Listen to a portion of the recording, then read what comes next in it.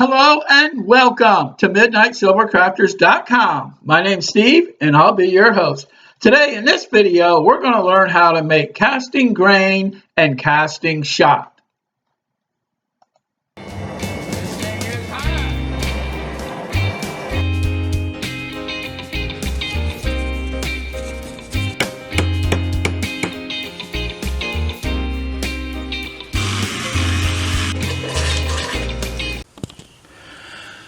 Alright, we're sitting out here in the shop. I'm out here at my bench where I'm usually at most of the day. But today we're gonna make a video and we're gonna talk about making some casting grain.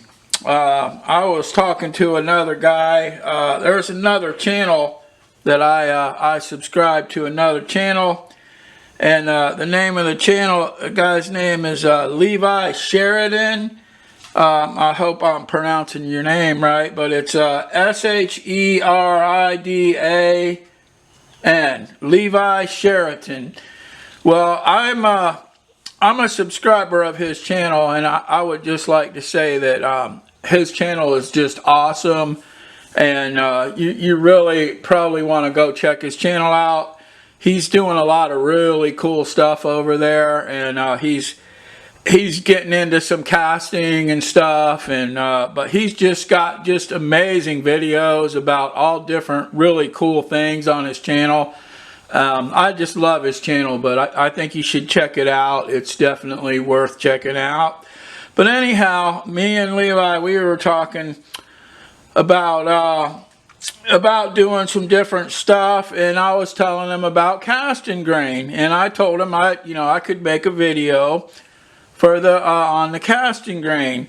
But real quick, Levi, if you're watching this video, I just want to show you something. I got something real quick. See what I got right here, Levi? I got a little baby crucible, and look, this thing's real tiny and real small. But I was just going to show you that if you're just going to cast a couple rings, this is the way to go right here, because this is it's perfect, and it'll save you a whole lot of time and money and everything.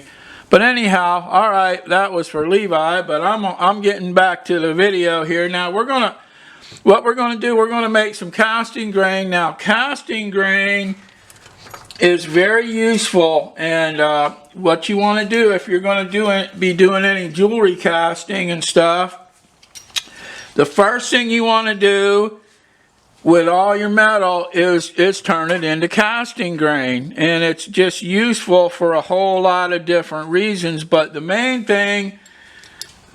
reason why you want to make casting grain is because if you take all your metal and you turn it into casting grain, well, when you get ready to cast a couple rings, say you're just going to cast maybe like 2 or 3 rings, you can take that casting grain and you can put it in a crucible, and it will melt just about instantly. I mean, it will melt super fast. I mean, if you're using a furnace, it's pretty much as soon as you set it in there, it's going to be about ready to go. But if you're using a torch, which I always use a torch for casting like 1 or 2 small little pieces of jewelry, I always use a little, I use like a potato crucible, okay, or I use just a small little crucible, little handheld crucible if I'm only casting a couple pieces of jewelry, because that way I don't have to go through all that energy of using my furnace and burning up all that fuel and everything just to cast a couple rings or whatever. But you want to make some casting grain and just keep it the end. That way when you go to make a casting, it'll melt super easy. Now, you can do this with any metal. You can use pewter, you can do it with copper, you can do it with any metal, gold, anything. But now, casting grain is different than what they call shot, casting shot. Okay, now I'm gonna explain a little bit to you. After we make this casting grain, I'm gonna show you how you can make the shot. Now, the shot is little tiny, it comes out, it's little tiny balls. Okay, now if you're doing silversmithing, those little tiny balls, that's what we use, that's what we call raindrops. And they're, when you make shot, it'll come out all different types, different sizes of little bitty beads. They're little perfectly round little silver balls. Okay, and those, we call those raindrops, and you put those on your jewelry. And if you're making a piece of jewelry that's got a lot of raindrops on it, it's a lot better to have shot to get your raindrops from shot, because you know, you might have one piece of jewelry you're making and it might have 20 raindrops, you know, and they're all a certain size, but you can make raindrops by just taking a tiny little piece of silver and putting it down on a soldering block and heating it up, and it'll ball up into a tiny ball. But if you have shot, it's a much easier way to get your raindrops. But we're not making shot today. We're making casting grain. But the way you make the casting grain, you get your metal. I got just some old scrap silver here. But whatever you got, you know, normally you'd probably have like some silver rounds or whatever, you know. But all you do is you get you a big tub of water, like I got right here. I got a big tub of water. Okay, I got this thing sitting on this big bucket of water here. And I got this like a wire mesh. This is just some expanded metal. It's like a wire mesh, but you need like a grate or something to lay your metal on. Now this is, it's got to be steel. Okay, of course now depending on whatever metal you're going to be putting up here, you got to make sure that your grate's not going to melt, you know, along with your metal. So you normally want to go with steel. This is just some steel expanded metal. But I usually make all my casting grain right on this little piece of metal. But we're just going to come in here with a torch. I'm running propane and oxygen. I'm just about out of oxygen. I hope I can get this done without running out of oxygen, but we're going to see what happens. But you just come in here with the torch. Woo, that was a pop. And you just come in here. All right. And you just get your torch. Now it takes a good bit of heat to melt silver. You're not gonna do this with a propane torch. It's just not enough heat. But all you do, you just come in here and you just start melting your silver. But now you see, these are big chunks of metal. All right, now it's gonna melt pretty quick with this torch. But now this is the whole purpose of making this casting grain, is when you go to cast, you can almost instantly have your metal ready in a matter of seconds and just do your casting real quick. But now you see, it's all that silver here, it's dripping down in there. Okay, and all you're doing is you're just hear it dripping. You're just dripping drips of silver. Okay, you're just dripping drips of silver down in that water. All right, and every time those drips drop down in there, hear them hitting. See, they're just dripping down in there. Look at them, there they go. All right, it's just dripping away. But you just put your metal all in a pile. It's better to have it in a bigger, tighter pile. But you see, because I'm gonna have a couple chunks in here that's a little bit bigger than what I normally would, because I should have had my pile just a little bit tighter. But this is how you make casting grain right here. Alright, now that's how you make casting grain, okay? Well, we got that done. Didn't run out of gas. Alright, but that's how you make casting grain. Now, if you want to make shot, okay,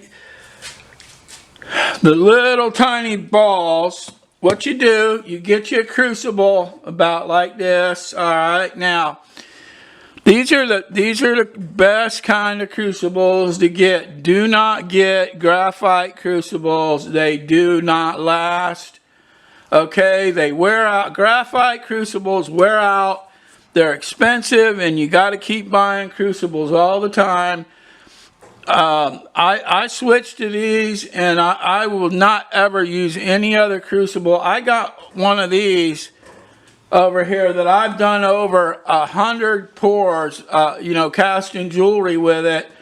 I've done over 100 pours with it, and it's still on the inside. It looks brand new. Okay. Now these are what they call slip casted ceramic silica crucibles. All right, so start using these.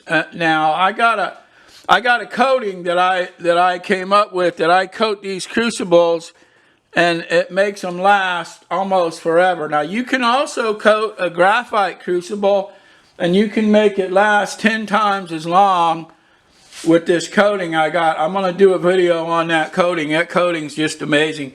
But anyhow, if you want to make some shot, it's pretty easy to make. All you do is you get your little crucible like this, and in the bottom, right here in the bottom, you drill a bunch of little holes. You drill about 6 or 8 little holes, okay? Now you get your little drill bit about like this, if you can see that, okay? That's probably about a I think about a 1/16 of an inch, but you drill about 8 holes in, or 8 or 10 holes in the bottom of this crucible, or you can use whatever crucible you got. That crucible in your furnace, okay, and then you heat that crucible up until it's absolutely as hot as you can get it. I mean, absolutely red hot, and you leave it in there. And then, while this crucible is in your furnace, you get you another crucible. I'm going to show you with this potato, because I use a potato all the time. If I'm casting anywhere from 3 or 4 rings or less, I always use this little potato in my torch, because it's like almost instant. I mean, I can do a casting so quick with this potato, it's just unbelievable for little small castings. But anyhow, you got this crucible in your furnace, and you leave it in your furnace, and it's getting red hot. And then you take your other crucible, which is, I got this potato here, and you put your silver in this, and you get your torch, and you start melting your silver down. And you keep your silver in this potato right here. You keep your silver hot, and then you reach in your furnace with one hand, with your other hand, and you bring out this real hot crucible.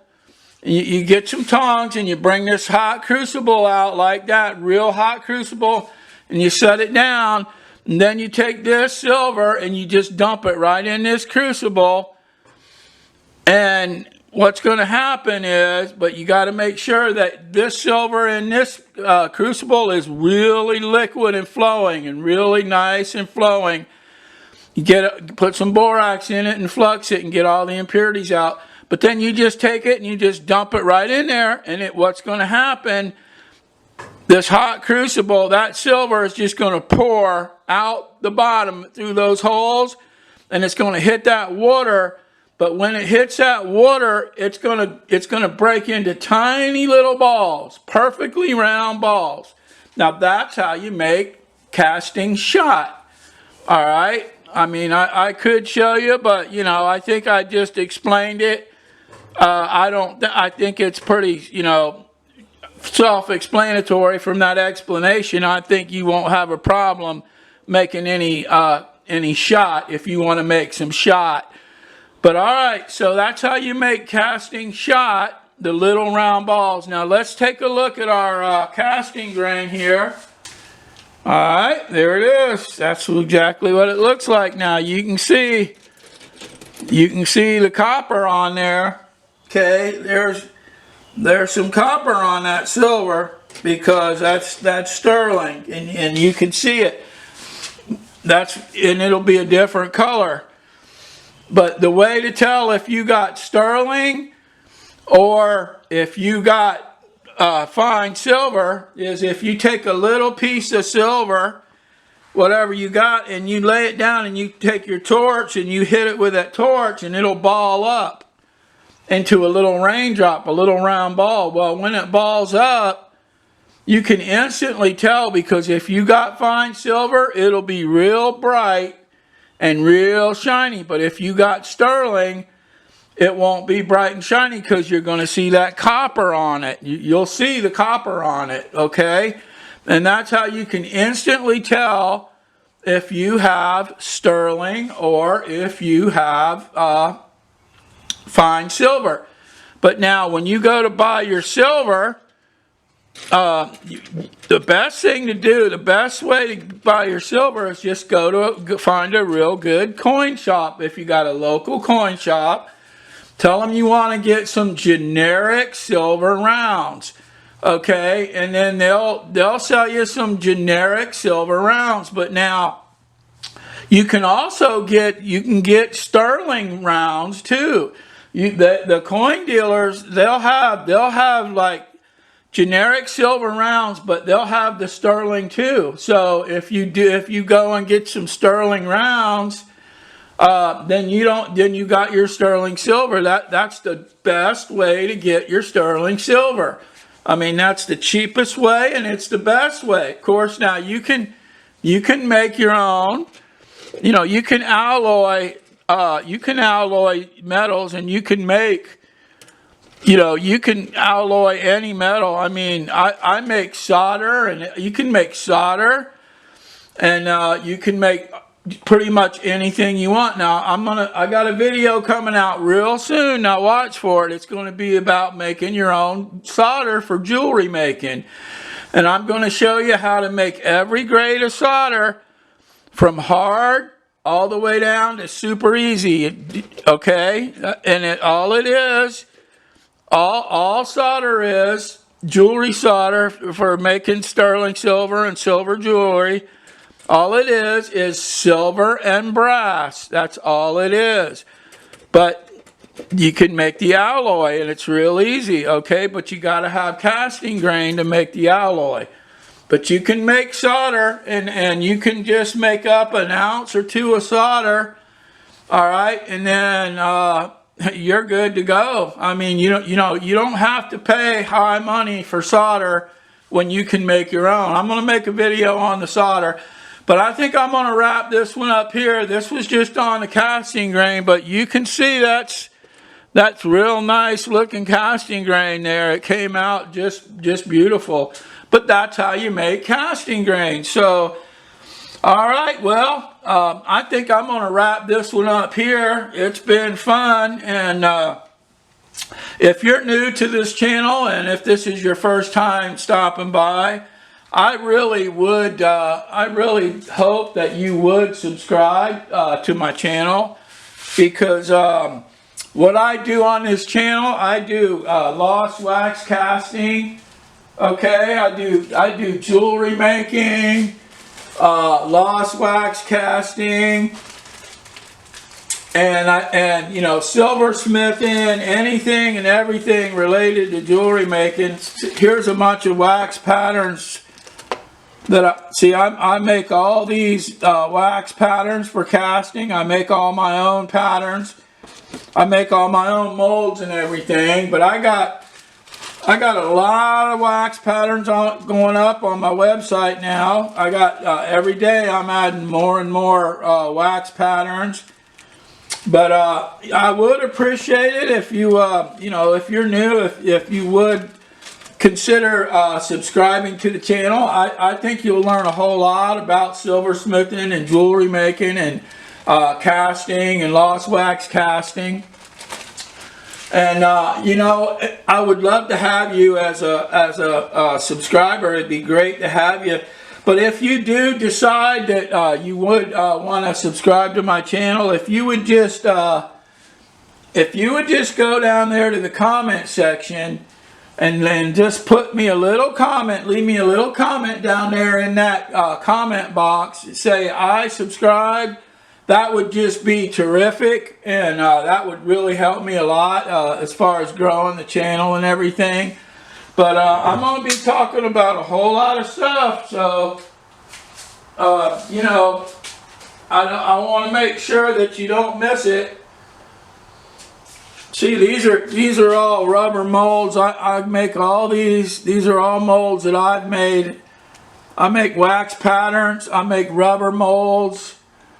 I do jewelry casting, and I do all this, anything related to jewelry. I cut stones and everything else, and I'm going to be teaching all this stuff, you know, on my channel. I mean, it's growing, and I'm getting some more subscribers, and I really do appreciate, you know, all of my loyal subscribers. I mean, you know, that's really what it's all about. I wouldn't be here if it weren't for, you know, people that are following my channel and that are, you know, they're getting into jewelry making and they're learning. And, you know, I just want to try to help everybody. You know, I mean, that's my whole goal of having this channel is just to help somebody else out, because you know, as far as making money, I don't think YouTube really pays you very much money at all, and so that's not the goal here at all. My goal when I started this channel was nothing to do with money. I mean, I make my money by doing all this, and you know, I do this for a living. I do it out in my garage full time every day.